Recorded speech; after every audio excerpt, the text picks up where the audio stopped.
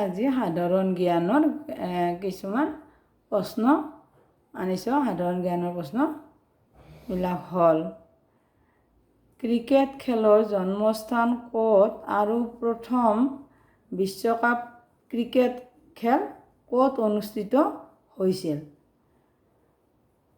উত্তৰটো হ'ল ক্ৰিকেট খেলৰ জন্মস্থান ইংলেণ্ড, মানে ক্ৰিকেট খেল ইংলেণ্ডত হৈছিল আৰু প্ৰথম বিশ্বকাপ খেল 1975 চনত ইংলেণ্ডতে অনুষ্ঠিত হৈছিল। প্ৰথম ইংলেণ্ডত মানে জন্মস্থান ইংলেণ্ড আৰু ইংলেণ্ডতে অনুষ্ঠিত হৈছিল 1975 চনত। 2 নম্বৰ প্ৰশ্ন হ'ল বিশ্বকাপ ক্ৰিকেটত মেন অৱ দ্য মেচ সন্মান পোৱা প্ৰথম ভাৰতীয় কোন আছিল? বিশ্বকাপ ক্ৰিকেটত মেন অৱ দ্য মেচ প্ৰথমতে পাইছিল উইকেট কিপাৰ ফাৰুক ইঞ্জিনিয়াৰ। মানে মেন অৱ দ্য মেচ পোৱা ফাৰুক ইঞ্জিনিয়াৰ এজন উইকেট কিপাৰ আছিল। টেষ্ট ক্ৰিকেটত এটাও ডাক নকৰাকৈ 1500 ৰান কৰা প্ৰথম খেলুৱৈগৰাকী কোন? মানে এটাও ডাক নকৰাকৈ মানে শূন্য ৰান নোহোৱাকৈ বুজে ডাক মানে। গতিকে এই ক্ৰিকেটত এটাও শূন্য ৰান নোহোৱাকৈ 1500 ৰান কৰা মানে প্ৰথম খেলুৱৈ হ'ল ৰাহুল দ্ৰাবিড়।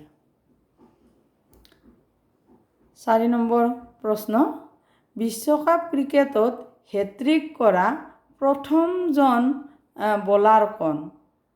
বিশ্বকাপ ক্ৰিকেটত হেট্ৰিক কৰা প্ৰথমজন বলাৰ হ'ল ভাৰতৰ চেতন শৰ্মা। মানে ভাৰতৰ চেতন শৰ্মাই বিশ্বকাপত প্ৰথম হেট্ৰিক কৰিছিল। 5 নম্বৰ প্ৰশ্ন বিশ্বকাপ ক্ৰিকেটত 100 ৰান কৰা প্ৰথমজন ক্ৰিকেটাৰ কোন আছিল? মানে বিশ্বকাপ ক্ৰিকেটত 100 ৰান কৰা প্ৰথমগৰাকী খেলুৱৈ মানে ক্ৰিকেটাৰ কোন বুলি ক'লে আমাৰ উত্তৰটো আহে ডেনিছ এমিছ।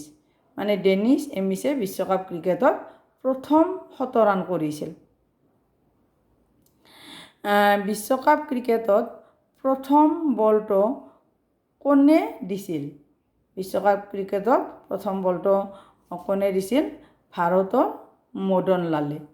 ভাৰতৰ মদন লালে বিশ্বকাপ ক্ৰিকেটত প্ৰথম বলটো দিছিল। মোৰ চেনেলটো যদি ভাল লাগিছে লাইক কৰিব, ছাবস্ক্ৰাইব কৰিব আৰু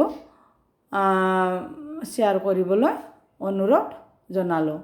আৰু কমেণ্টছ দি চেনেল মানে আৰু নতুনকৈ ভিডিঅ' বনোৱাৰ কাৰণে মটিভেশ্যন পাওঁ যেন।